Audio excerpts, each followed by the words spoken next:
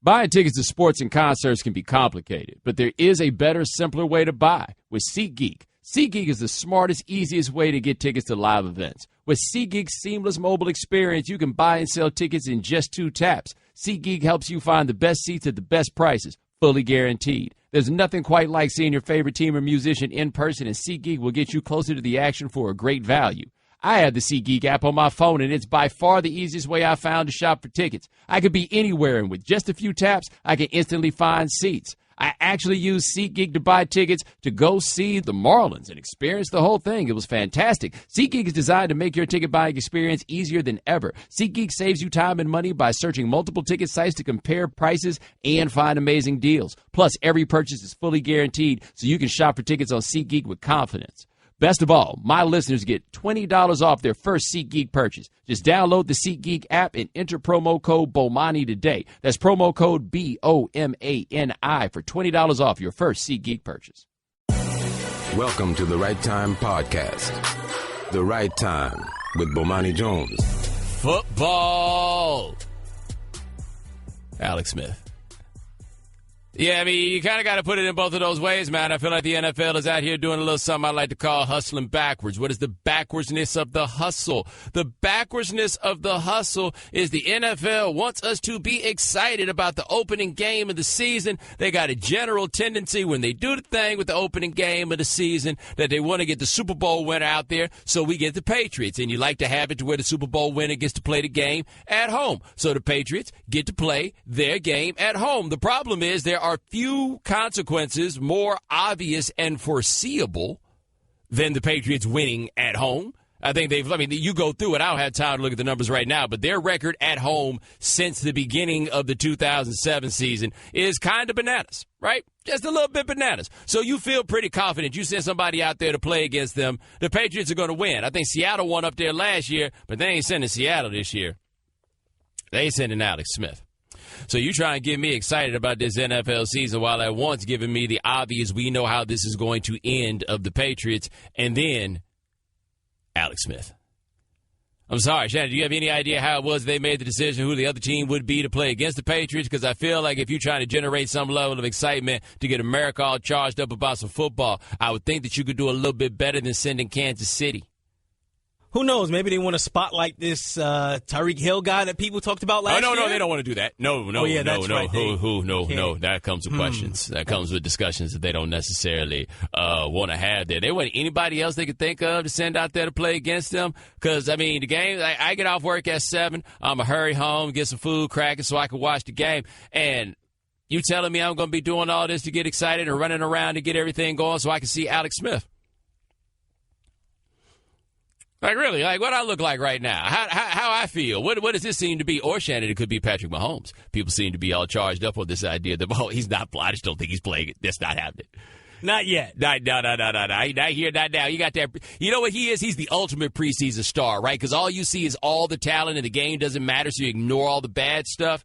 But no, we got this game. It's going tonight. And I'm asking you guys, do you find yourself being a little bit less excited about the NFL season this year than you are normally? And I'm asking this sincerely, and I'm not asking this because I'm saying I feel a certain way, and I want to see if y'all feel a certain way. Like, I've been trafficking in social media spaces for quite a while now. Normally, by the time preseason football comes around, people so thirsty and so excited that there's just excitement on the basic level that the preseason has started. I didn't feel that this year. Like, I didn't get that vibe off of people that they were just so ready for the season to go ahead and start. Like, Deadspin did an interesting post where they raised the question as to whether or not the NFL was eating itself, right? We're basically saying that the NFL is swallowing itself whole because we find ourselves talking so much more about the spectacle that surrounds the league than we do the actual play on the field. So think about this for a second. We talk more about the NBA this summer probably than we ever have for a summer all the way through. A lot of that had to do with the fact that we got this out of nowhere Kyrie Irving situation, right? But whenever we're talking about what's going on in the NBA, we really are talking about the basketball. Like, even if you're talking about free agency and where guys rotate to or everything else, we're talking about that in the context of how that's going to affect the basketball. How many of our off-season NFL discussions actually have to do with the quality of football? Now, part of it, I think, is that the NFL has a tricky thing when it comes to personnel markets where you can never be sure what any one move is going to do to the overall league. Like, you don't typically have that. The NFL doesn't really have blockbuster trades. Rookies can only have but so much of an effect once they show up there. Yeah, guys wind up being cut, but it's a revolving door at the NFL. You're totally numb to the idea that somebody's going to be released or wind up in a certain place or whatever it is. And most of the guys who wind up being free agents, they're becoming free agents because the team is like, yeah, go ahead and become a free agent. In the NBA, like the really good players become free agents, is because the players have made the decision that they are going to be free agents. So we've had so much discussion about the NFL in the, 8 months? No, not 8. I guess the season ended beginning of February. So in the 7 months since the season ended, how much of what we talk about actually has to do with football? And how much of that which we actually talk about that has to do with football comes up after somebody gets injured? Like, somebody gets injured and now all of a sudden we got to talk about it. So think about this. Ryan Tannehill, right? Ryan Tannehill got hurt. We saw that. He went down. The Jay Cutler thing, everything else. We talked about the football that was surrounding that. How much time did you hear anybody spend talking about the Miami Dolphins that has to do with actual football before the Tannehill injury or after the Tannehill injury? What you got? How much time did you hear people spend talking about that? No. We spend more time talking about your man Raj and Harry the Henderson. Ted Wells got to be around here somewhere being like, I mean, if you guys would like a report on the report that you did on Ezekiel Elliott, I'm always here to give you a report. Name's Ted Wells. My mama called me Teddy. But really, how much of that do we do? Like, what is your level of excitement about there being football tonight? And again, it's not even necessarily about what the game is, because typically we just look at this as like it's like opening day of Cincinnati, except for everybody, right? Where it didn't matter who Cincinnati was playing, it was opening day for Cincinnati. How charged up are you about this season starting? Like this game that's going on tonight. How many players are you legitimately excited to see who play in this game? Like, I feel like the Chiefs got, Shannon, you mentioned my man, somebody's man. I feel like saying my man just put myself into an interesting place. I didn't want to make him your man's because I didn't want to make it controversial. Anyway, Tyreek Hill, he is an exciting football player. I think we would agree. Who else? Is Justin Houston still exciting on defense, or does that even count? Don't they have the tight end? What's the dude who dances? I mean, he ain't exciting, but you're talking about Kelsey. Yes, Kelsey. There's always the threat of him doing something in the end zone. I'm trying so hard not to hate that dude, man. But I just find his whole steez to be so lame. And there's nothing worse than being lame and trying too hard at the same damn time. Shannon, you and your wife watch his reality television program? No, unfortunately, I didn't catch it. No. You said unfortunately, like you wish you had. Almost. I DVR'd it, and I just hadn't got around to it. I'm getting there. How much money would you pay to watch Travis Kelce practice his dance moves in the mirror? Like the stuff that doesn't make it to TV? That's what I was about to say. Like, what are the dance moves that he does that don't make it to TV? You think he watches like Von Miller film or Michael Bennett film, and he studies and he's just trying to get up to the point where he can do the things that they wind up doing? How long before they stop putting that Michael Bennett dance on TV, by the way, especially since his name all up in the news all the time? You can't be out here complaining about the police and out here getting your gyrate on. I feel like the league's going to be like, look, brother, you got to pick one. You got to pick one. And that reminds me, Shannon, haven't they opened it up and go get more celebrations this year? Yes, and even team celebrations, like group celebrations. We're bringing that back. Really? We're getting the band back together. Oh, God, Travis Kelce will be insufferable. Here's the thing. I think the group going to try to dance with Travis Kelce. Travis Kelce going to be like, hold on, hold back, and tell him to get in a circle. And then start doing something to be like, all right, now what y'all do is y'all go Travis, go Travis, go Travis. Tell you one thing, I know one unit in the football that's going to lead the league in dance celebrations. Are you referring to the New York Giants wide receiving corps? Without a doubt. That is exactly what it is going to be. Is your man going to play this week, by the way? Still determined. Like, they haven't ruled him out. It's Sunday night. He's going to play. It's a big show. And somewhere Victor Cruz is like, I was the first one to dance. Remember that? It was me. I was doing the salsa. I'm the OG of this. I can see it now. If Odell plays Sunday and scores a touchdown, how nice would it be if he did a salsa in tribute to Victor Cruz? Do you think Odell has even noticed that Victor Cruz is gone? Hey, man, whatever happened to old head? Yeah, you know I'm talking about old boy that live uptown. Oh, he don't play no more? Oh, well, he was a good number 3 receiver. Good number 3. You need one of those. The Right Time with Bomani Jones. We're talking about what there is to be excited about in the game tonight. Shannon, I think I kind of have something to be excited about. Brandon Cooks. He's kind of one of those players that I'm perfectly aware of and know of like as a fantasy entity, but I've never really watched him play that much football. What about you? Saint's been like 7-9 every year since he's been in the league. Well, everybody in New England seems to be raving about him now. He's the perfect fit for this offense. And now with no Julian Edelman, I guess we're going to see a lot more Brandon Cooks, right? Also, we're going to have something very interesting about Julian Edelman. We'll talk about this more a little later, but I want you to think about this at Edelman. How many people have told you about how underrated Julian Edelman is and how Edelman is a really, truly a number one wide receiver, and they give you all these explanations as to why Julian Edelman's a number one wide receiver, and then Julian Edelman gets hurt, and all these people are now telling you why it doesn't matter that Julian Edelman is getting hurt. Have you noticed that? Like, I can't be the only person that has experienced that with people. Because he's not, I mean, he's a good receiver, right? He's cool to have, certainly. You want to have him on the squad, don't get me wrong. He got hurt, everybody's like, oh, well, they just figured out a way around it. No. Like when Randy Moss left New England, don't get me wrong, they kept on winning, but it wasn't the same. And also, I have heard people put Brandon Cook's name in the same sentence with Randy Moss, and y'all just need to stop doing that. Like, are we that far removed from the greatness of Moss? Just chuck it up there, dog. Are we that far removed from just chuck it up there, dog? Are we that far removed from the hand? Are we that far removed from D'Angelo Hall thinking he's going to talk noise to Randy Moss and then being out there like, I didn't know anybody else in the world was that fast. All right, 888-729-3776. That is our telephone number. So the Cleveland Browns have gone Cleveland Brown on us. Very Cleveland Brown on it. Some of it, of course, is not their fault. It's kismet, however you want to put it. But Myles Garrett has an ankle sprain. Hold on. Not just any ankle sprain. A high ankle sprain. Speaking of which, do any of we lay people have any idea how high up the ankle this got to be a high ankle sprain? Because, I mean, the ankle, like, it ain't that long of a joint, right? Like, where do we decide the high of the high ankle sprain is? Like, I really don't have a great answer for that. But anyway, they say that Myles Garrett might be back in 2 weeks, but I feel like we've been watching sports long enough to know high ankle sprain, even if you come back after 2 weeks, you know what that turns into? A nagging injury.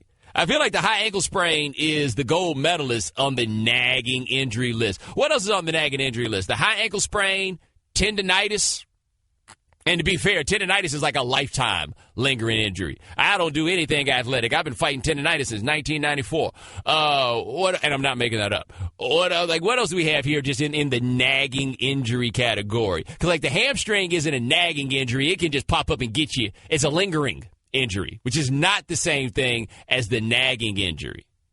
What's the difference between the two? The nagging injury you just keep dealing with all the time. The lingering injury just mess up and jump back up on you, and you don't realize that it's about to happen. That's a little bit different. The lingering injury is all right. All the comparisons I want to make for the lingering injury would offend you in front of your children. Some of y'all got lingering injuries though. You know what I'm talking about. So, yeah, Myles Garrett is apparently hurt, and then Calvin Pryor, who used to play for the Jets and got traded to the Browns.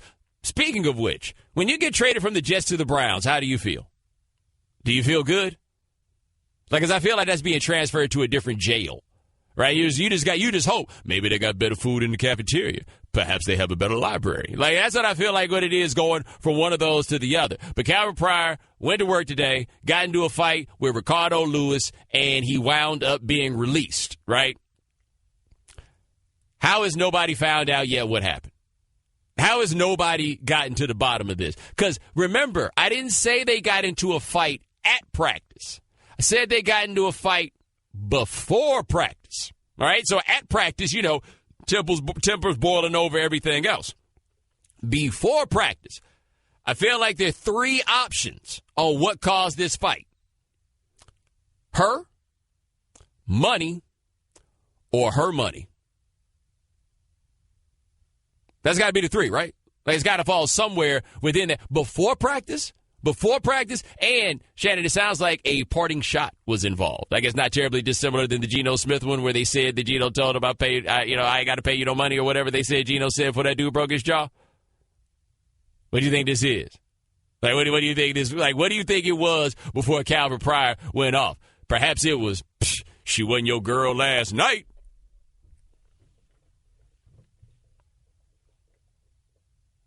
And I can imagine with something like that being said, they weren't alone. It weren't just the two of them. Like, other people had to have been around. Yes. Yo, you acting like a real punk right now. Oh? That's how you see me, huh? That's what you think this is? That's what you think I'm about? All right.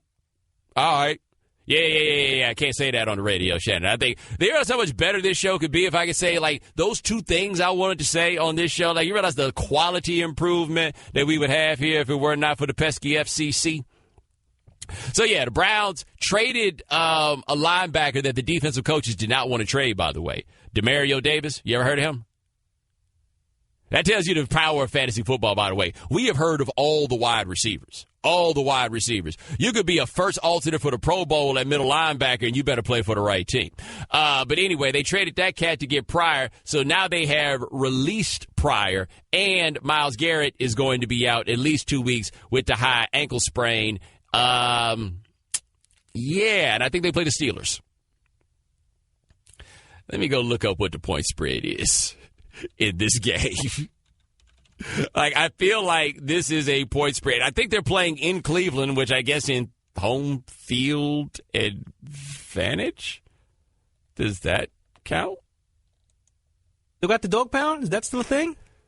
I mean, they might as well give them seats to actual dogs at this point. Stop inflicting it on the peoples. Let me see here. The point spread, they opened an 11-point spread. Steelers minus 11. That's what it was at the open. Yeah. Straight Talk Wireless. Nationwide coverage on America's largest and most dependable 4G LTE networks. All right, 888-729-3776. That's our telephone number. We've been talking about whether or not you're excited about these games coming up. Let's hit the phone. Talk to Scott in North Carolina. Scott, thanks for calling the right time. Hey, thanks. So, you kind of hit the nail on the head with me. Grew up in Indiana, a Browns fan, which means every week or every year, week one, I'm a Colts fan for the rest of that year. So the hope there is pretty low this year. Obviously low for the Browns too. But being a Colts fan, really get tired of the Patriots. So they win the Super Bowl. Now you have to hear about them all summer. The Kaepernick thing. But hearing about the Patriots and then starting off week one, the first game's them, and you know they're the favorite big time this year. It's kind of slowing my roll a little bit. But I am glad that now the Kaepernick talk should slow down quite a bit. Yeah, wait till what part of the talk bothers you? You still there? Oh, he lost. Just the abundance of it and how it doesn't have to do anything with me on the field. I do think he should be signed. I wanted the Colts and the Browns to sign him. But see, that's the problem, though. When Scott Tolzien comes out here and looks bad, I mean, you as Colts fan, how do you not ask the question, why didn't we sign Colin Kaepernick? You know what I mean? So, you think, you like the talk, you think it's going to stop? Scott, I appreciate the call. Oh, no. All these sorry quarterbacks are going to necessitate that we talk about them. The Right Time with Bomani Jones. All guests join us on the Shell Pennzoil Performance Line, just like our next guest. Check them out at presnapreads.com, breaking down the NFL. Also check them out on the Nickel Package Podcast, and check them out here every Thursday on the Right Time during the NFL season. His name is Kian Fahey. All right, Kian, I've been trying to get myself all charged up and excited about this game tonight. Is there anything that you're looking for in it? Yeah, I think the mistake you made was talking about Alex Smith too much. I'm not going to... I think I'm pretty good at my job, but I can't make Alex Smith exciting. I'd focus on the other side of the ball. I still think the Patriots are probably going to easily win the game, and they're probably just way more talented than the Chiefs. The Chiefs have lost their starting receiver. They lost Jeremy Maclin. They've lost their starting running back. They lost Spencer Ware to injury. They've lost Ontari Poe. Tamba Hali is on PUP. They don't seem to have gotten better from a team that was already behind the Patriots last year. They spent their draft capital on a backup quarterback. So the thing that's interesting to me about this game, though, is Bob Sutton has a pretty good record against Tom Brady. Bob Sutton is the Chiefs' defensive coordinator. If you remember the infamous Brady regular season game that led to the Cincinnati stuff, Bob Sutton, that was his first time going against Brady, and he obviously dominated him in that game because Brady kind of collapsed. But in their playoff meeting 2 years ago, that's the only other time they've played, Brady's numbers were good and the Patriots won, but Sutton was able to bait him into a lot of mistakes. Like at the very end of that game, he showed pressure in a situation that was an obvious passing situation for the Patriots, and then he dropped everyone back, and Brady did something he never ever does. He stared down his first receiver, and he was looking straight at Tamba Hali in space, and threw the ball straight to Tamba Hali. The ball just bounced off his hands and went to Edelman. So if that battle, it may be tougher to watch. It's not something that stands out like a highlight throw or something like that. But if you try and look at what the defense is doing before the snap opposed to what it does after the snap, that might keep you awake a little bit if they get blown out. Now, I imagine part of that's a function of the pass rush, and they just had a strong front seven in Kansas City, but Derrick Johnson's coming back off of the injury that he's had. So what do you expect from that Chiefs defense this year? Well, the hope is that Justin Houston will be phenomenal again. They've got Chris Jones there, the defensive lineman, who looks like he's going to be really good as well. But after, you've got Marcus Peters as well. Marcus Peters is a lot of fun. That's probably the Asante Samuel that we've got in the league right now. The intimidating cornerback who teams think the guy is open, but you hesitate a little bit because you don't know that guy if he's baiting you, if he's going to break on the ball. They've got some really good pieces. Eric Berry's a decent player as well. But overall, there aren't enough good players to complement that. Once you get after the top guys, there's too much of a drop-off, and that's where the concern comes, especially against an offense like the Patriots, who can come out and run straight over you. They can spread you out with different receivers. The last time they played, the big problem was going against Gronk. One of the things, obviously, going against Gronk is tough for everyone, but because Bob Sutton wants to be aggressive and he wants to make these different play calls and play press man coverage, they gave Gronk matchups all the time that Brady could easily win. I think Gronk caught 2 touchdowns in that game, and both of them were fairly easy. All right, talking to Keelan Fahey, presnapreads.com and the Nickel Package Podcast. Now, speaking of Gronk, what are you looking for from him this year? Because after a while, you got to wonder if the injuries are going to stack up, right? Yeah, and Belichick is typically a guy who will pull the plug pretty quickly. He's not going to keep Gronk around just because he thinks he needs Gronk. I would expect if he's somewhat healthy, if he's even 90% of what he was before, he'll still be tight end of the league. This guy was so far ahead, but could drop off a little bit. It's kind of interesting because I thought they would have made more of an effort to re-sign Martellus Bennett just because he's always been durable, he's always been consistent. They've got Dwayne Allen behind him now, and injuries have been an issue for him, and consistency have been an issue for him. So maybe you can take that as a sign that Gronk is going to be good, but if he's on the field, you expect Gronk to be dominant. He's such an advantage for Brady as well, because when he's on the field, he's basically a 6th offensive lineman who can run routes and get open and no one can cover. So no matter what the defense comes out in, if they come out in a pass alignment or if they come out in a heavy package, Brady can just audible straight away and go to Gronk because he knows Gronk will have a matchup advantage. All right, John Keelan Fahey here, presnapreads.com here on the Right Town. Now, switching gears a little bit, how do you figure the Steelers are going to look this year now they got Martavis Bryant back? Man, if you want to get excited about football, this is the offense to look at. Bryant, to me, is one of the best receivers in the league, one of the most exciting receivers in the league. I tried to explain this on the podcast this week. I'm not sure how good of a job I did, but I kind of, like, you're going from having Kobe Hamilton and Sammy Coates on the field, and those are guys who need to be schemed open, they need to be thrown open, they give the quarterback a very small margin for error. And I compared it to if you have Patrick Beverley as your point guard in the NBA, he goes and stands in the corner and waits for someone to pass him the ball, and if he's wide open, he'll shoot the three. If he's not, he can't do anything on his own. Whereas Bryant is more like swapping Patrick Beverley for Steph Curry, because he can create anything you want him to create. He offers you a wide margin for error. He can beat any cornerback in press coverage. If he doesn't beat that cornerback, he can still adjust at the catch point and pull an accurate ball in. So you put him into that offense now, and he's playing across from Antonio Brown, and Antonio Brown is probably the best receiver in the league. So now if you're facing the Steelers, on every snap, you want to keep both safeties back and both cornerbacks outside on their guys.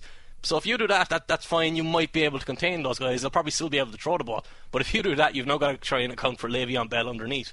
So if you're Ben Roethlisberger, you are always going to have a matchup you want. You're always going to have guys who can create at the catch point or create after the catch with the ball in their hands. And I think if teams kind of account for Bryant, then Le'Veon Bell is going to have an absolutely massive season. Or if they do what like the Patriots did in the playoffs last year, where they doubled Brown and they doubled Bell when he was on the field and forced Roethlisberger to throw to one-on-one to Hamilton and to Sammy Coates, then that means Bryant is going to have a huge year because no one can cover him one-on-one. Now, one of the reasons I like your work is you do film study and you're more concerned with the process and just the numbers that you wind up with at the end. Now, with all these miles that he's got on him, what are you looking for Ben Roethlisberger this year? Like, how much do you believe he has left? So, I don't know if you saw that picture that was going around from the start of the year where he had an ice pack on his shoulder, an ice pack on his elbow, an ice pack on his hip, and an ice pack on each of his knees. But that wasn't exactly making me optimistic. Roethlisberger had a really weird season last year. It does kind of split a lot where he's great at home and not so great on the road. but in the accuracy numbers I charted, he had the widest variance between having accuracy percentages over 80% and accuracy percentages below 70%. But within 70 to 80 is kind of normal. So those are great games and awful games.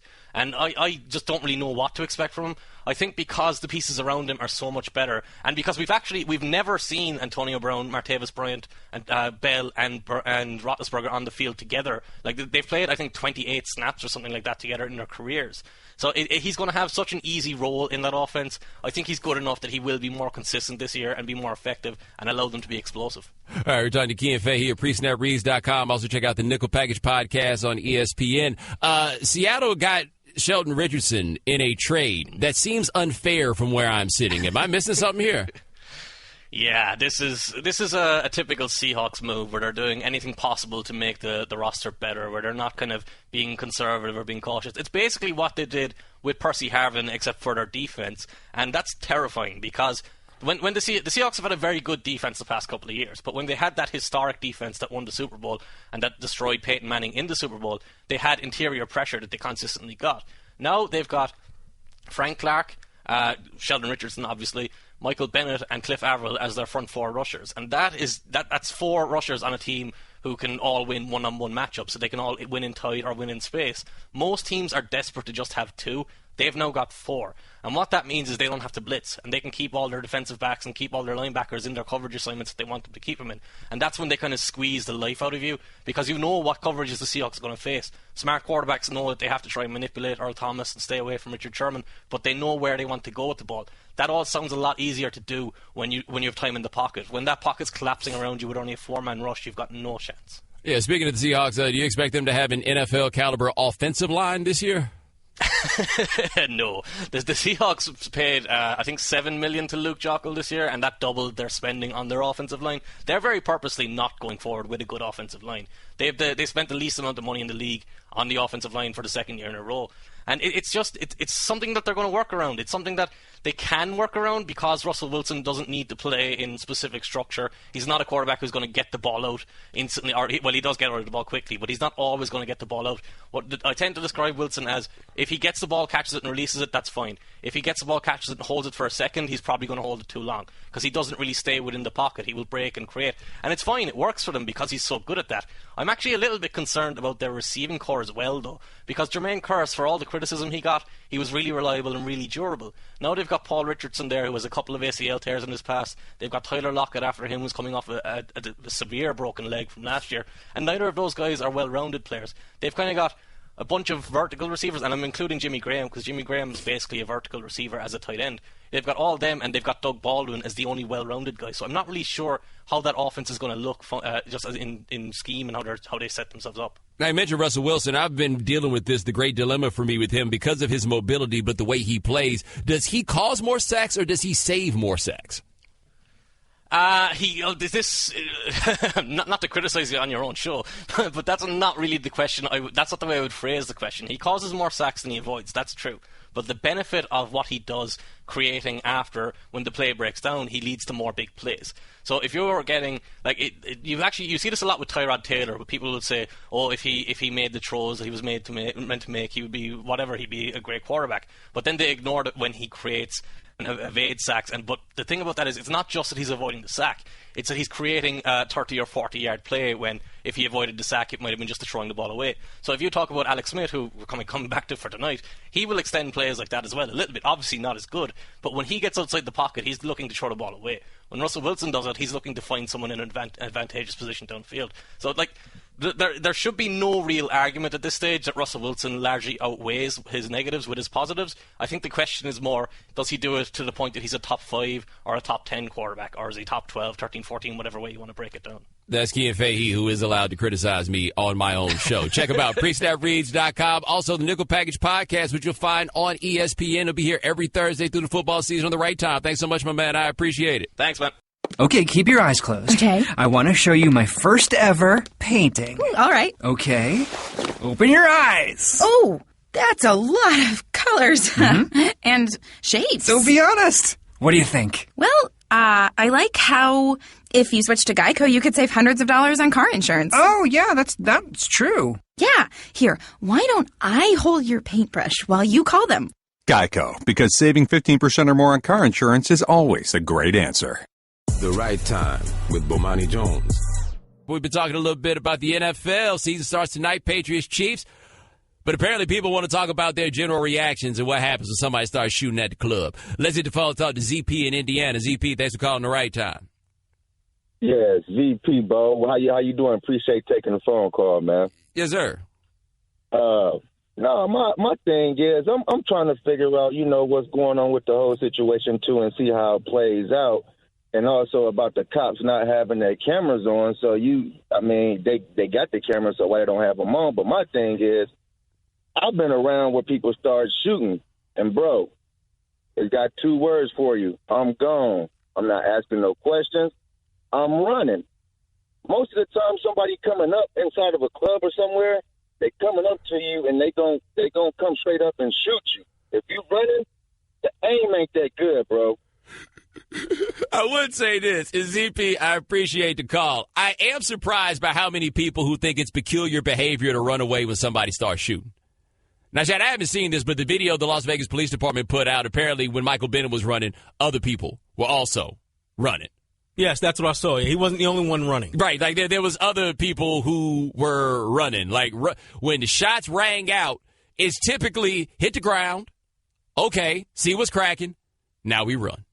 Now, I also said before that if you're in one of these situations and by the time the cops got there, chances are the shooter isn't there. And somebody said to me, well, the Pulse nightclub, like many active shooters, the shooter was still there. Okay, how many people got shot at the Pulse nightclub? Like it was in the dozens, right? Like multiple dozens or approaching the second dozen. Yeah, the guy was still there when that many people got shot. We can't even call this situation with Michael Bennett an active shooter because nobody was actually shooting. Right. Like active shooter, we in this, what I call this law and order society. What I mean by law and order society, I mean it's all them people who watch Law and Order so they think they are lawyers, right? So they throw out all the terms and everything else in those circumstances. You can't say it was an active shooter. They weren't shooting. For the in the Pulse nightclub, 49 people were killed and 53 were injured. Yeah, I mean yes, that guy was probably still there. And yes, Shannon, that is a lot of people. Please don't compare that to this thing here where there wasn't actually a shot. That fair?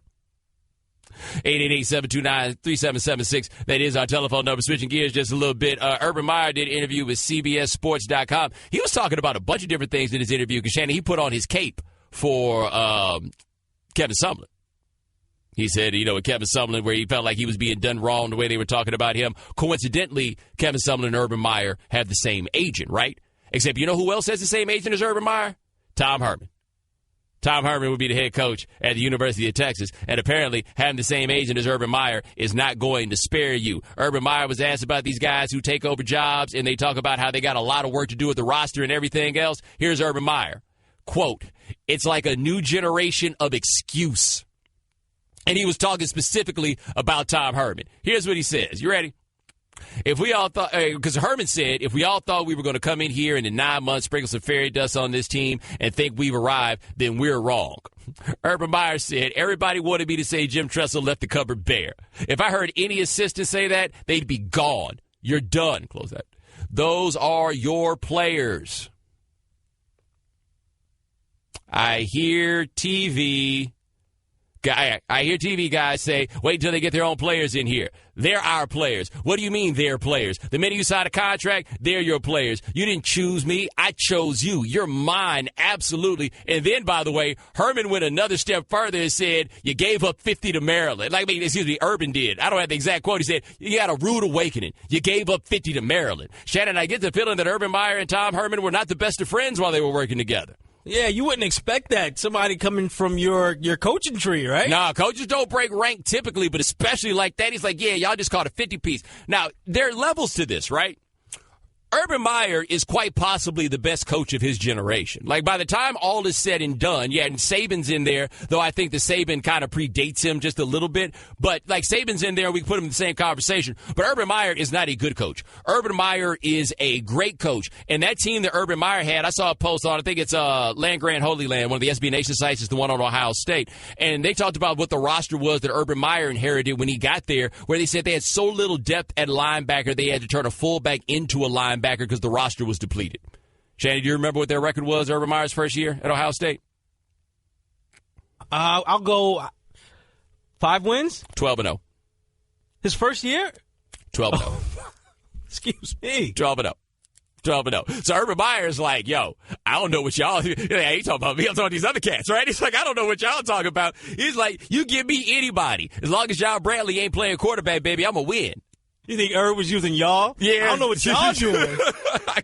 I gotta play it on this one. But at the same time, I'm trying to avoid being like Homer fan, right? Because I do believe there's talent left on that roster at Texas. I think there's plenty of talent that's on that roster. I have felt that was a 10-win roster since last year. No matter how bad they did, I didn't care when they lost Kansas. I was like, this is a team that should win 10 games next year. That's how I felt about it. But when I hear Urban talk about the roster he left at Florida, I'm like, oh, slow down, buddy.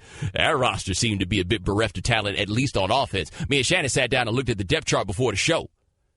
Who was it, Jordan Reed, basically?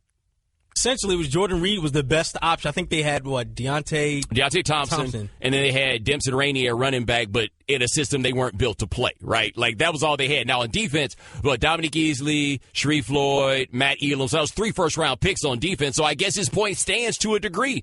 Like, the cover wasn't as bare as you happen to say at Florida. Maybe there's something to that, but I totally agree with him on the idea that these aren't my players. No, these are your players. You chose the job. You chose the players who were already there. You got to own that. In the meantime, Shannon, I imagine Tom Herman was furious. So what you trying to say? Like, of all weeks, we coming up letting Maryland drop 50 on our home turf. Mm-hmm. And you want to come say this now? Let me tell you my biggest problem. The week that Maryland dropped 50 on our home turf in Austin? You know, I understand what it is that you're trying to do, and you're failing miserably. With a true sophomore quarterback who tore his ACL? What a jerk. How about this? Let me say this about Tom Herman. You know my biggest problem with Tom Herman? He's in Mensa. You know what Mensa is? Mensa is this club for people who think they're smarter than everybody else, so they join Mensa to show people how smart they are, and then ostensibly to hang out with other really smart people. Now, Shannon, you know my background, right? My parents got PhDs. You know the circles I've traveled in, the people I've been around. I don't know a single person in Mensa. Not a one. You realize, like, what a jerk you have to be to decide that that's what you want to sign up for? Like, that's the club. I'm too smart for the rest of y'all, so I'm going to go to...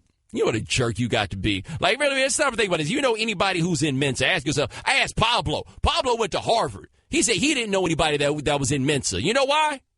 Because he went to Harvard. They ain't got to go to Mensa. That's enough. Better not get embarrassed by USC. The Right Time with Bomani Jones. All guests join us on the Shell Pennzoil Performance Line. Just like our next guest, check him out at theundefeated.com. Also, if you see him on television, you'll get to see that clip of that time he was face first on the ground as somebody was running past him because our good friend Eric Rideholm likes to antagonize him. His name is Dominique Foxworth. Dominique, how was Morocco, man? Oh, it was a lot of fun. I was going to go this whole segment without bringing up Maryland, but you're going to bring up some unnecessary play that we don't even need to talk about, but that's fine. I'm still going to stand by my plan. You ain't even watch the game. You ain't even watch the game. Right. I did. I asked you, do you still rock with Maryland, and what did you say? Well, I paid my dues, so I can jump on and off the bandwagon whenever I damn well please. Not only did I go there, but I played there for 4 years for free. So if I want to be a Maryland fan when they win, that's fine. If they get blowed out next week, I ain't going to be paying attention to them. But for this week, I'm proudly wearing my Terps football apparel. You shouldn't be. You know what you shouldn't be wearing. That's for damn sure. Yeah, I'm wearing an Outcast T-shirt, the greatest of all time. We're talking to this jerk named Dominique Foxworth from The Undefeated. All right, so the season starts tonight, but before we get to the people who are actually playing, what'd you think about this story of Calvin Pryor getting cut for fighting a teammate before practice? I mean, it's all so weird because football is a very violent game. Like, what happens on the field? And you guys, I mean, I listened to your show yesterday. You talked a bunch about how the type of people who play football are somewhat different. And those are the type of people who sometimes get into fights unnecessarily. So surprising that he was cut, it just tells me that there's more to the story. And normally the person who wins the fight is the person who gets cut. You never cut a guy who starts the fight and loses. So that gives us a little insight. I remember in college, since we're talking about Maryland, we had Sean Merriman got in a fight with somebody and winter workouts. And he was much more valuable than the person that he was fighting. He started the fight, and he won the fight. And you know who got in trouble? The person who was unconscious after the fight, which was not Sean, because Sean was more valuable, and that's what it comes down to at the end of the day. So tell me this. Do you think that this fight was over her, over money, or over her money? I'm not even going to jump into that, but that's always a good guess. I don't know. Coming out of training camp, you develop these rivalries, especially with DBs and receivers, because you go up against each other every day. There's a lot of trash talking, and sometimes some people don't know where the trash talking ends and where real life begins. And for them to have this carry all the way into the season opener is pretty unfortunate. I mean, I'm not going to venture a guess on what it's about, but I think you know. We're talking to Dominique Foxworth, the undefeated, here on the Right Time. Staying with the salacious side of football, the Ezekiel Elliott story. I think we've talked on a bunch of different levels about the NFL's role, trying to get to the bottom of what happened. But what did you think when you found out that Lucky Whitehead was part of the story? Poor Lucky Whitehead, man. That can we change his name? I think you changed his name at one point. Lucky, L. yeah, that's what it was. L Whitehead, because he is not lucky, man. Just getting dragged into all the nonsense. He just want to have a good regular NFL career, but the NFL can't leave him alone, or apparently the police department. But I thought it felt bad. Now you feel bad for him, but like out of nowhere, you get these texts or whatever it is. Like, at what point did he find out the trouble that he was starting by this? I don't know. It's never a good time when your name is involved in that. And I mean that this new Lucky Whitehead thing is smaller in comparison, in my opinion, when you were falsely accused. Back then, like, he had more reason to be upset about that than anything else. He lost his job. He was making good money, and he lost his job for something that he didn't commit. Like, that is the big Lucky Whitehead strike when he became L in your world and in mine. Yeah, but man, Zeke Elliott's ex-girlfriend hits him up on the Facebook. He like, yeah, what's up? Like, I feel like that's a self-imposed L. I mean, I went on a limb last season before the season started and saying I like Lucky Whitehead because of his social media personality, and he has some speed and talent. And ever since then, it's been all downhill for him. But, yeah, you got to stay far, far away from other people's friends. That is a good rule to have. All right, we're talking to Dominique Foxworth, the undefeated, here on the Right Time. All right, we got the game tonight. We got the Patriots. We have got the Chiefs. Tom Brady, we're in the 40s now, right? Like, I'm not going to be the one to try to bet on when the slippage is going to really occur, but how long can you reasonably bet on him still being Tom Brady? Yeah, I mean, as they say, Father Time is undefeated, but Tom Brady is giving him a run for his money. Last season was incredible, and I don't think anybody thinks that he's just going to fall off a cliff this season. I remember when we all thought we saw what the Chiefs did to him on that one, was it a Thursday night game? And we all were like, hey, well, maybe it's getting to the end of the rope. He went and reeled off a bunch more wins and a Super Bowl win after that. So I can't imagine that any of us are anticipating. Are you going to bet against Tom Brady tonight? I'm not going to bet against him, but I'm not going to let you act like you ain't the one that's come on the radio saying that maybe Tom Brady ain't that good. Oh, yeah, no, I'm not backing off of that. Like, I'm not saying that he's not good. He's not accomplished. He's very accomplished. But I think when you watch the games, you watch the film, you see what's going on out there, that Tom Brady is a very good, very successful, very accomplished quarterback. But the key to what they do is scheme. And I think Tom Brady executes it quite well. But I think that there aren't very many other coaches that can do what Belichick and his staff has done. I think there are quite a few other quarterbacks, given that situation, that can do what Tom Brady has done. And, I mean, I don't think that anybody can really argue with that. All right, now, not even to antagonize. Like, seriously, like, when on the film, when you see Tom Brady, like, where do you think there's a weakness in his game right now? Well, I think getting the outside throws, like their idea of going deep is normally hitting the seam, but I'm not saying that his game is weak. I think what he does better than anybody else is what Peyton Manning did. I think Tom's doing it better now than he ever has. Is pre-snap manipulation and understanding what the defense is trying to do before the snap starts. And if you can train a guy to do that well, which Tom does well and is easier said than done, then I think there are many guys who have the arm strength, the accuracy, the awareness, the ability to read a defense in the course of play. There are lots of guys in the league league that can do that as well as Tom Brady. I got Drew Brees to be one off the top of my head, but I think that what he does and what he's learned well is to manipulate defense, and I think that's a product of working with good coaches, and he's gotten better and better at that over his career. So I think that other quarterbacks have the mental capability and the skill set to do that also. Tom Brady's the one who's done it, so I can't take anything away from him. He got 5 Super Bowl rings. I'm not going to sit here and say that he's not one of the greatest to do it of all time, but I think it's also a matter of circumstance, which, I don't know, people have a hard time with that when I start to throw that out there because especially people who've had success in their life, because it flies in the face of the idea that the success that they've had in their life is not only because of them, but it's also because of their circumstance. So when I start talking about that, people get uncomfortable because maybe you aren't as successful as you are just because you're as great or you work really hard. Maybe there is some luck involved, but nobody likes that conversation. We're talking to Dominique Foster, the Undefeated, here on The Right Time. All right, man, tell the folks about the podcast you're going to be on. Oh, yeah, we are doing the Nickel Package NFL podcast. It's a series of 5 podcasts. One comes out every day. Mina Kimes and I do Thursdays. And I think, she's the only woman. I'm the only non-white male, so it is Minority Thursdays. It is twice as good as the rest of the days, and we get paid half as much. But it's still the best day. So download it, listen, enjoy, send us questions, and we're having a lot of fun so far. 2 weeks in. And also, don't forget, Kean is Irish. If you're gonna have a discussion, if you go have a discussion about minorities, it ain't gonna be long before somebody mentions Irish. That don't count. Kean slide right in. They accept him just fine. All right, and every Tuesday here on The Right Time, you will be able to hear Dominique Foxworth. My man, thanks so much. I appreciate it. No problem. Thank you. The Right Time with Bomani Jones. Well, we talked a little bit the last couple of days about what moment it was that made you realize I don't need to play football anymore. We still got people calling in about that. Let's hit the phones and talk to Mike in New Mexico. Mike, thanks for calling The Right Time. Hey, Bo and Shannon. Thanks for taking my call. Appreciate it. Appreciate it, man. Hey, I actually grew up in New Jersey, and I was a 5'3", 125 hitting safety, and went my first game playing in the high school level, and we played a team from Passaic. Had a running back who was named Craig Ironhead Hayward. He was about 5'8", about 230 pounds. And the first time I tackled him, you know how they have the Acme guy with the Wile E. Coyote. Yes. And I was Wile E. Coyote, and he was the 180-ton anvil that hit me. He picked me. He had to reach 2 feet in the ground to pick me up after the tackle, and he looked at me and said, 28, I got your number. That was the longest day of my life. Went home, didn't get out of bed for 3 days because I couldn't move. Made it to school on Tuesday, walked into the coach's office and said, here you go, I can't do this anymore. That was enough, huh?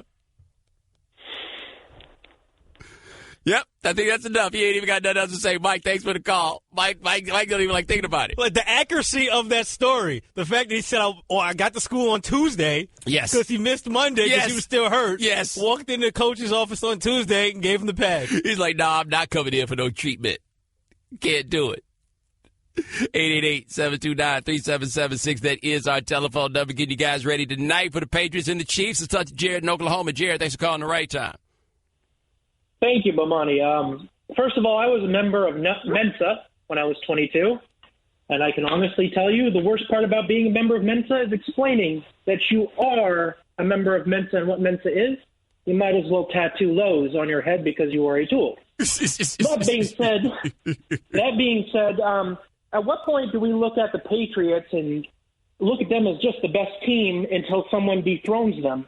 You mentioned the Steelers, and I agree they've got a good offense, but the last time the Steelers beat the Patriots was 2011, and they've had a lot of good teams since then, and it just doesn't seem like anyone can truly knock them off. Sure, the Patriots are always there, almost like the Spurs. So my question is, at what time is it almost a given until someone else becomes as dominant? Well, also, I appreciate the call, man. And let's not forget, 2 years ago, Denver beat them, right? 2 years ago, Denver beat them in the postseason. I guess the 2 years before that, somebody had beaten them. It's not like the Patriots are just running through and they're in the Super Bowl every single year. That being said, Belichick just seems to pants Mike Tomlin every time they run up on each other. Every single time. Because they seem to play just about every year because the NFL wants to get that money. And I mean, is Belichick with the dub? It is Mike Tomlin. You know, fresh edge up. You think it's legit? Shannon, he claimed you're set. I still think it's legit for right now. I mean, not like a Kappa would ever, put a fake hairline on or anything like that. Do that? Get Topic sprayed on his hairline? Who would do that? No Kappa would ever do that. No. Shannon would never do that. I wouldn't. At least not for a couple more years. Try that again. No, I wouldn't. Yes, you would. Okay, look, it wasn't me, all right? All right, it was one time. Oh, that's right, you did have that time that you were cheating. I wasn't cheating. I didn't go out here and cheat. Wrong place, wrong time, right? I was the victim in this, right? Because I didn't know what was going on. Went to a new barber, searching for a new barber down when we were still in South Beach. I didn't know what was going on. The dude, gave me the cut or whatever. He's spraying some stuff. He rubbing some things in. And next thing I knew, I had a brand new hairline. He knew you was in need. 888-729-3776. Let's talk to Rick in Illinois. Rick, thanks for calling the right time. Hey, what's going on, Bomani? Love the show, man. Thank you, man. The time that I realized when football was over for me, man, it was my freshman year, and the chicks dig the football players, so I figured, I'm gonna go out for the team, and I was going back, playing quarterback, and made it past the first little session.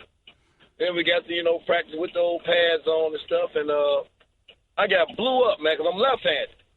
So I go back and throw the ball, and all my ribs and stuff was exposed. My man nailed me.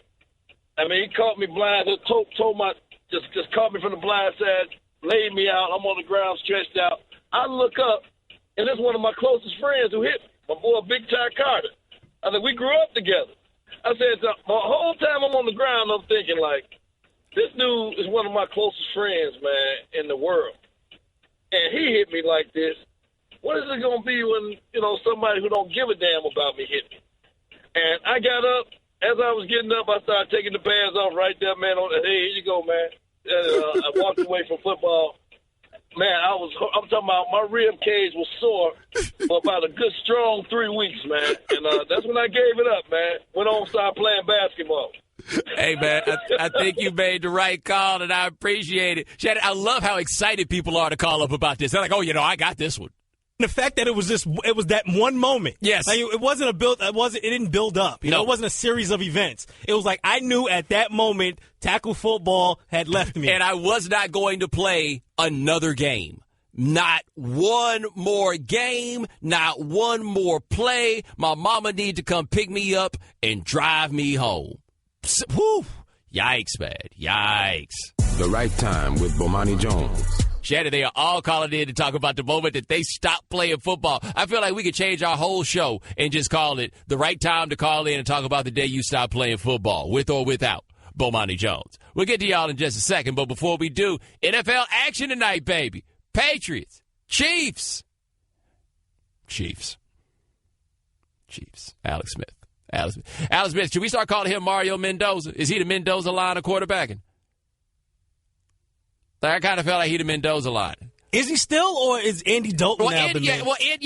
Andy Dalton is they have not gone out of their way to get Andy Dalton's replacement yet, which is what they've done with Alex Smith. You say, two different places, yes. Alex Smith. How bad an injury would Alex Smith have to suffer this year for him to come out the game? Alex Smith's knee could be dangling from the joint, and he's going to drag that thing out there. I don't know what plays they're going to run, but he's not coming out. I synced this movie. We're not joking head injuries by no means. No, we're not. But he lost his job before because of a concussion. I don't think that'll be the same reason he loses his job here. No. His whole situation is why it's so difficult to get guys to take themselves out of games for concussions, because Alex Smith was on a team that was rolling toward the Super Bowl, having the best season of his career. He goes out, he misses a half of football. They play he missed half of one game, and then he missed the next game, and then it was gone. He never played for San Francisco again, right? So, no, it's not joking head injury, but that's the seriousness of the matter and why the dilemma comes up. Because Alex Smith just my head hurts and never played again. At least not for San Francisco. But check this out, right? So the Chiefs have this problem, which is they're just not very good at offense. And part of why the Chiefs are not very good at offense is because, their quarterback is not very good. I'm not saying their quarterback is bad per se. I am simply telling you that their quarterback is not very good. So what do the Chiefs do? Well, the Chiefs find all kinds of other ways to score points. How did the Chiefs find other ways to score points? Non-offensive touchdowns. Shannon, they had 7 non-offensive touchdowns last year. 7 non-offensive touchdowns. How about this? In 2013, they had 13 non-offensive touchdowns.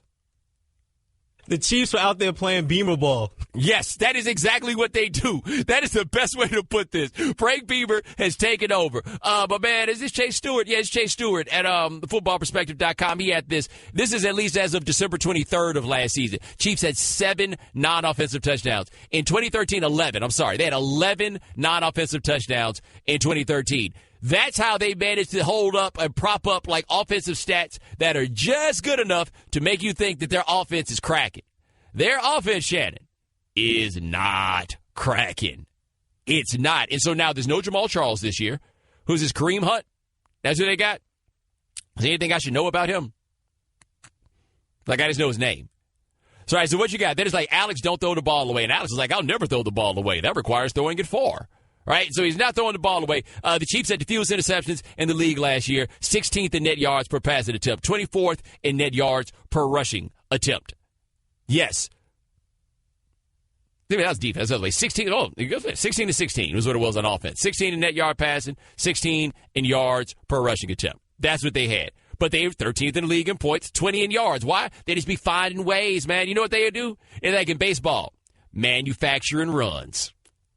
That's what they do.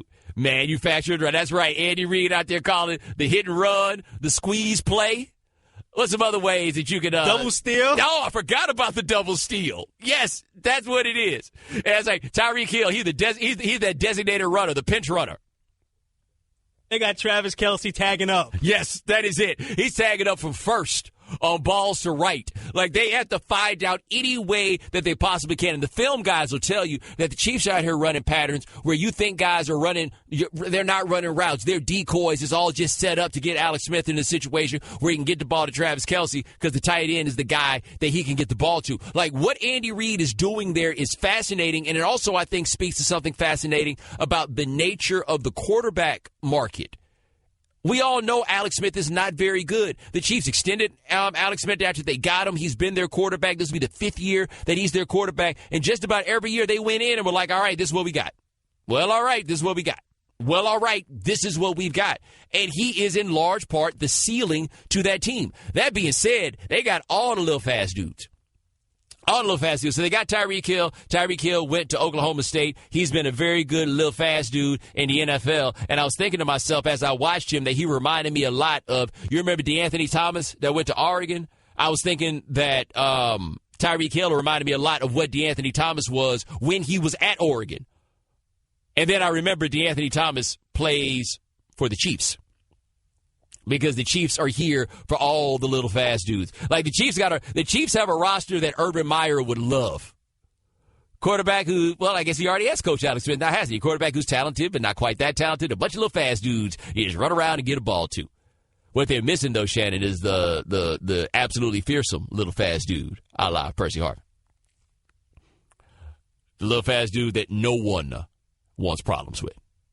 No one at all. He one of y'all's, right? He from your way, right?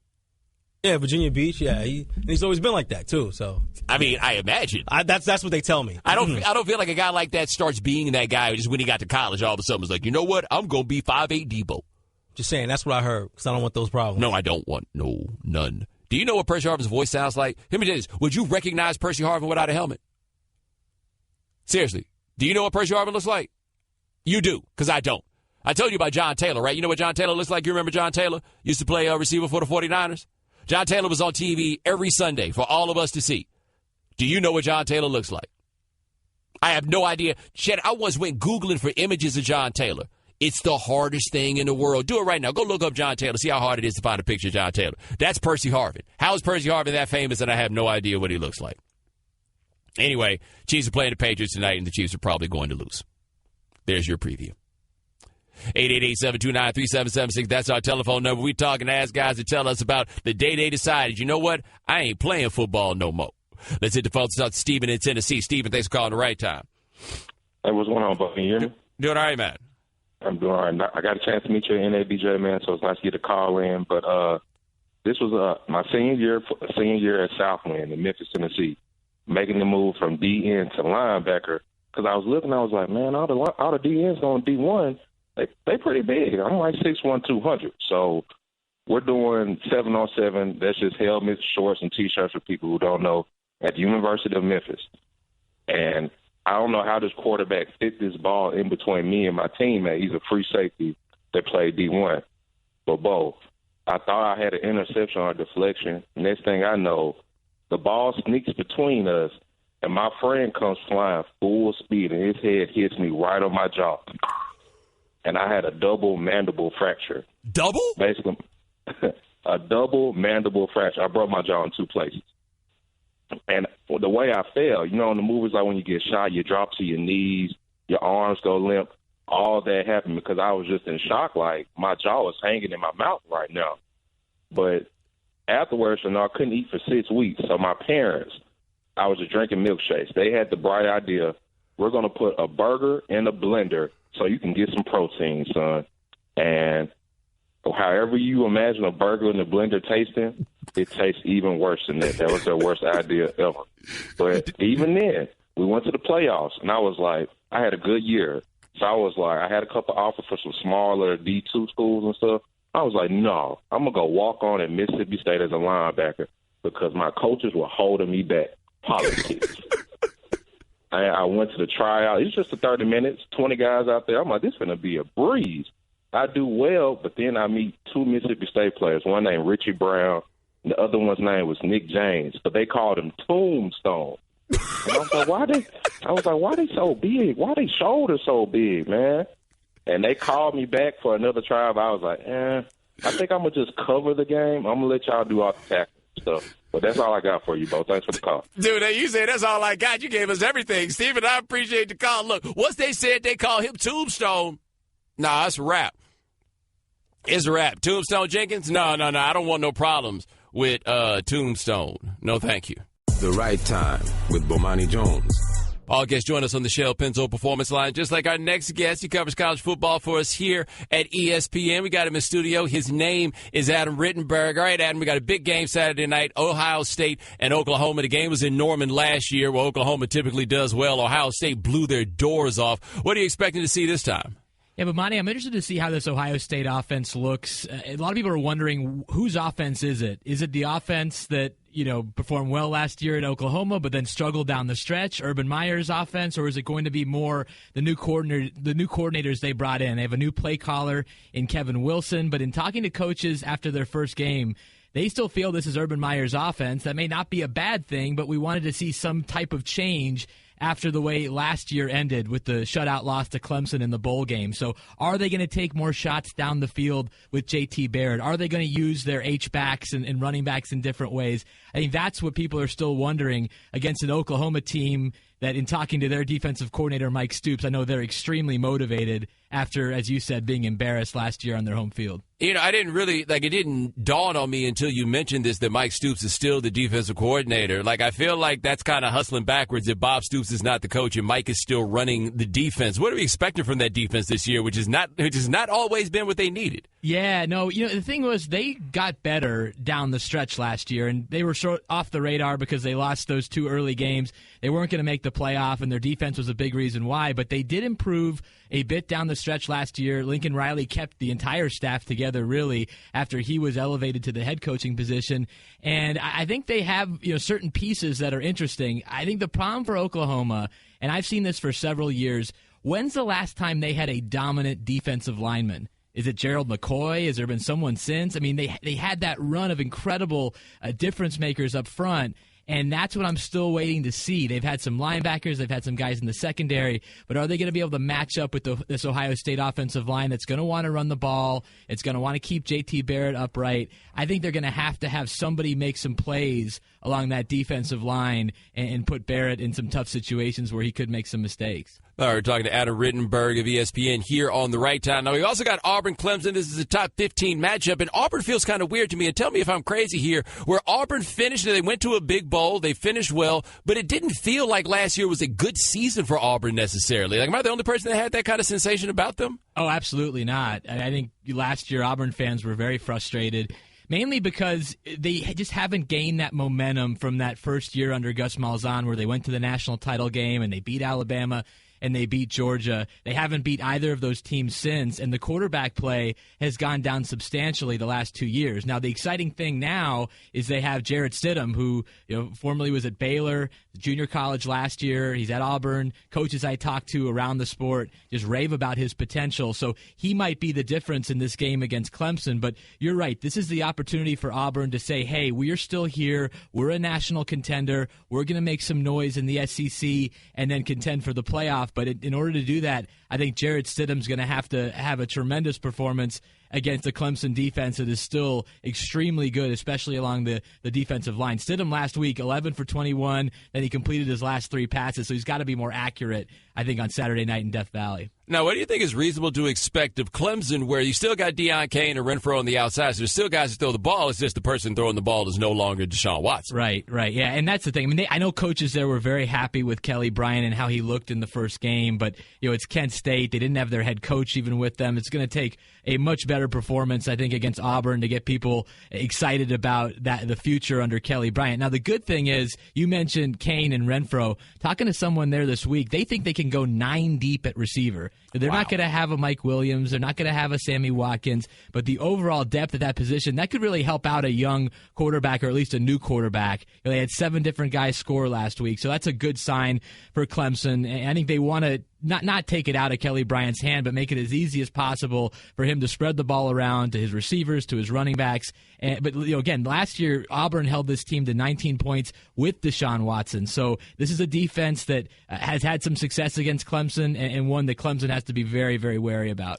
Now, switching gears, Florida State and Georgia, both of them lost their quarterbacks last week to injury. Which team do you think is in better shape to recover from that? Yeah, I think it's Georgia, and we'll see with James Blackman and how he fares, but he's a true freshman. He's only 185 pounds. He's like you, man. He's a tall, skinny guy. So I don't know if he's going to be able to hold up out there, but Georgia is very excited about Jake Fromm. They obviously didn't want to see Jacob Eason go down to injury, but from talking to people there this week, they like his moxie. They like how he leads in the locker room, even though he's a young guy, has some respect, and they don't expect him to be nervous in that environment against Notre Dame. And Notre Dame's defense still has to prove a lot. I think that Fromm and the rest of that offense can make plays in that game and gain some confidence. So I think Georgia, at least short term, is in better shape. But we'll see how Blackman fares for Florida State. We didn't know what DeAndre Francois was at this time last year, and he turned out to be, in my opinion, one of the best comeback quarterbacks and one of the toughest quarterbacks in the country. Now, are you buying the hype on Georgia this year? Because few things are more dangerous in the SEC than year 2 hype for a coach. Well, and Georgia, too. I mean, how many times have we talked about Georgia? They are perfectly located for recruiting. They have all the resources, and it just doesn't happen for them. So I will be very interested to see how they perform in this game and then in their upcoming games. The concerns you have for Georgia, their offensive line is one of them, wide receiver depth, and then how they are in the secondary. I think the Notre Dame offense will really test this Georgia defense. They can run the ball. They have at least 2 first-round picks on their offensive line, and I think we'll get a sense of where Georgia is after this game before they get into the SEC play. That was a very delicate way of saying that Georgia consistently underperforms. Every year, man. It's almost every year. Our guy, Mark Schleba, I love to rip him about Georgia. No, on another day, because there's a long discussion to be had about how the Georgia as a program is totally different than it was when Mark Richt first got the job. Now it's a better job, and they win less. Well, you just look what they are. I mean, they're within 2 hours of probably more talent in terms of the density than almost anyone in the country, and they're really the only state school. I mean, Georgia Tech is there, but the way their offense is so different, and they're not as appealing of a program for big time recruits. Now, Clemson has certainly hurt Georgia with the way that it's recruiting, but Georgia should be the team in the SEC East year in and year out, and it hasn't been that way. We'll see. I mean, Kirby Smart's only in his second year, so maybe they do get that second year bump and get to Atlanta. Yeah, Georgia Tech always got that one problem. Got to take calculus. Like, this is one of the underrated factors of college football. At Georgia Tech, there are no easy classes. That's Adam Rittenberg. Check him out covering college football for us here at ESPN. Thanks so much, my man. I appreciate it. Thank you, sir. Thanks for listening to The Right Time Podcast. Please come back tomorrow for more. And don't forget to listen to The Right Time with Bomani Jones from 4 p.m. to 7 Eastern on ESPN Radio and the ESPN app.